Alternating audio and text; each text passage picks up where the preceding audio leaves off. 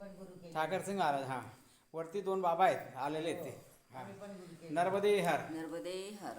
नर्मदा परिक्रमा आश्रम, सुलपानी झाडी मुलगी या आश्रमात माझे तुमचं स्वागत आहे. नमस्कार. नर्मदे हर. बोला, आपलं नाव सांगा माते बरं. जयश्री जागेश्वर सेलोकर हं.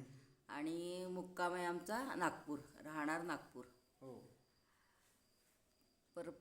परिक्रमेला सुरुवात करायच्या आधी मी चितळे नागपूरला आमचे मानव केंद्र आहेत. आमचे कार्यक्रम अगोदर व्हायचे, महाराजांचे कार्यक्रम. ते हेडगोय भवन आणि ते काय भवन आहेत ना सर्व. हेडगेवार हां. तिथे ती जागा, संघाचं हां, रेशीमबागला. ती जागा आम्हाला फार कमी पडायची, म्हणजे फार लहानशी वाटायची. अच्छा अच्छा. कारण आमचे संघात जास्त येते. तर चितळे आपली पहिली परिक्रमा आहे. हो हो, माझी पहिलीच परिक्रमा आहे. तसं आमच्या नागपूरला खूप मय्येचं परिक्रमावासी नागपूरचे नसतातच, म्हणजे खूप कमी नाही, दिसले मला असं. असतात, भरपूर असतात. पण मला तर कमी दिसले आणि एवढं नागपूरवासियांना एवढं परिक्रमेविषयी एवढं काही माहीत पण नाही आहे.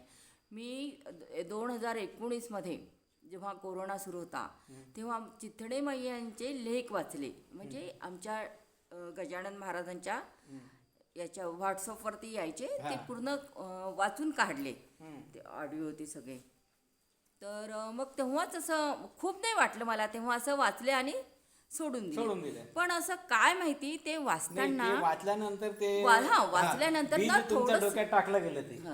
नाही, तेव्हा खूप नाही आलं. पण माहिती आहे का, खरं सांगते, मला असं थोडंसं वैराग्य आल्यासारखं वाटलं, की म्हणजे असं काय हा संसार आहे काय, असं म्हणजे खूप वेगळं वाटायचं. असं मी सोडून दिलं. मग ते नंतर मग मुलाचं लग्न झालं, नात झाली, थोडं मला आजारपण आलं. आजारपणामध्ये एक्झर्शन खूप सहन होत नाही मला.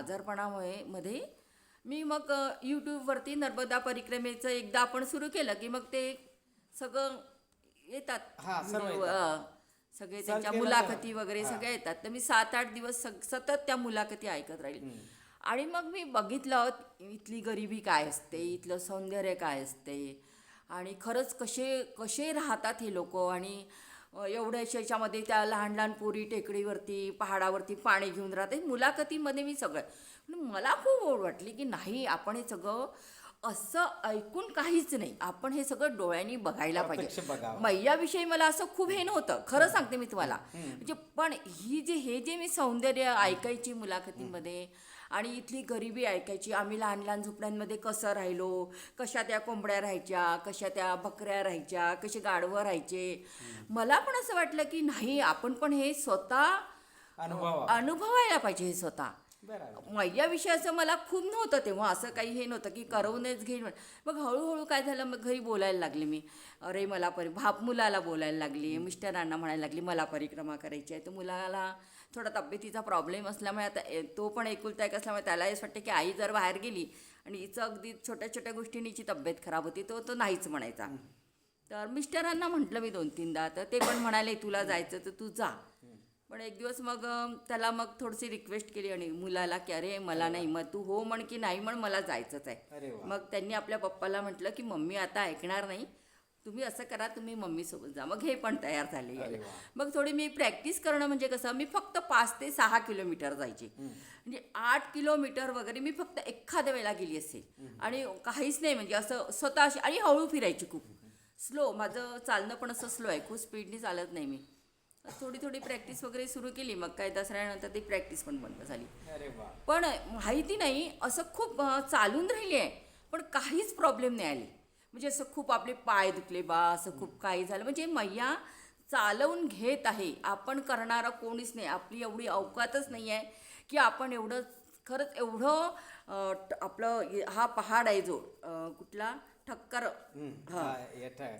खप्परमालचा पहाड, एवढी पहाडी आम्ही चढलो तरी एवढासा पण थकवा नाही किंवा एवढंसं काही पण जाणवलं नाही.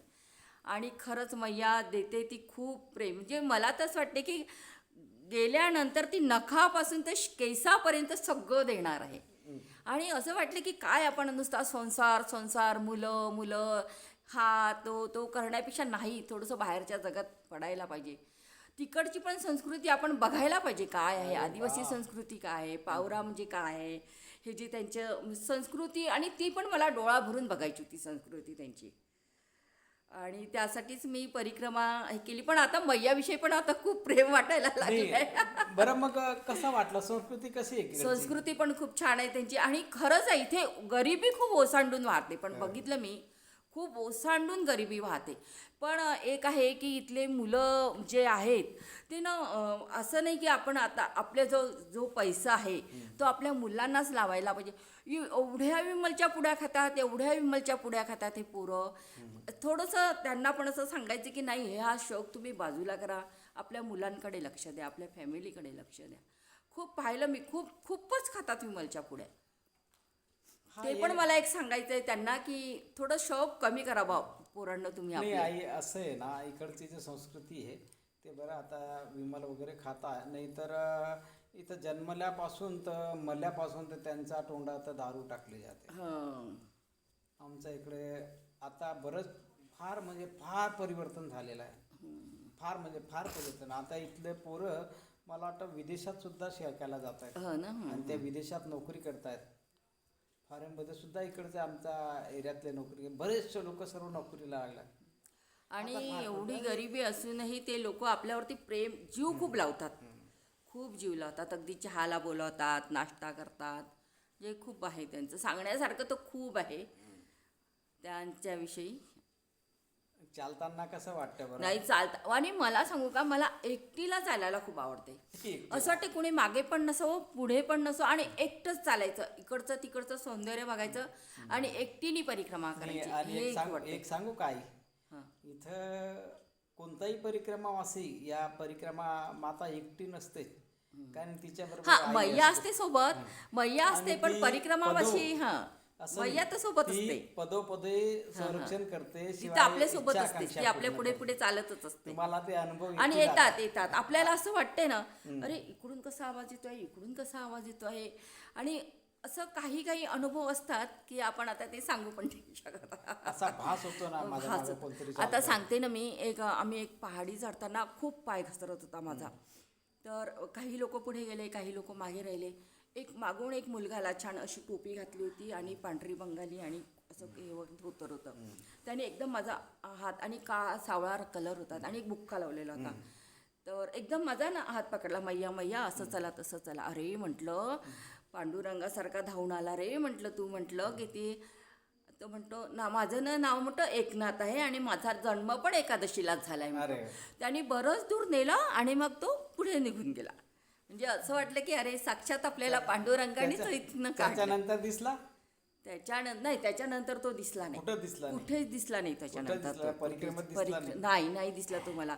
आणि एकदा असंच झालं, आम्ही पहाडीवरती असंच मागे पुढे होतो. म्हणजे होता तरी कोणतो तुम्हाला नुसता? मला तर असं वाटलं की पांडुरंगाचंच आहे. आमच्या इथे पांडुरंगाचं जास्त करतात, माझ्या सासूबाई वगैरे, आणि आम्ही वारकरी पंथाचंच आहोत, सासरे वगैरे नाही, सगळं. मग आणि आम्ही करतो पण विठ्ठलांचं. नाही, असं आहे ना, ज्याचा जसा भाव असतो ना, त्याप्रमाणे आणि अगदी परमेश्वराला- काळा बुक्का लावलेला हा. होता, टोपी घातलेली, हा. अगदी म्हणजे म्हणतो तुम्ही- माझं नाव तुम्ही- एकनाथ आहे आणि माझा जन्म ना एकादशीलाच झाला आहे म्हणतो. म्हणजे तुम्ही जे त्याचं असं आहे की तुम्ही ज्याच्यात पाहिलं तो तसा येतो. तो तसा आहे. मग तो आईच्या रूपात येऊ का बा याच्या रूपात येऊ? आणि परत एके ठिकाणी असं झालं, मुलं तर खूप चॉकलेट मागतातच, काही प्रश्न नाही, छोटे छोटे.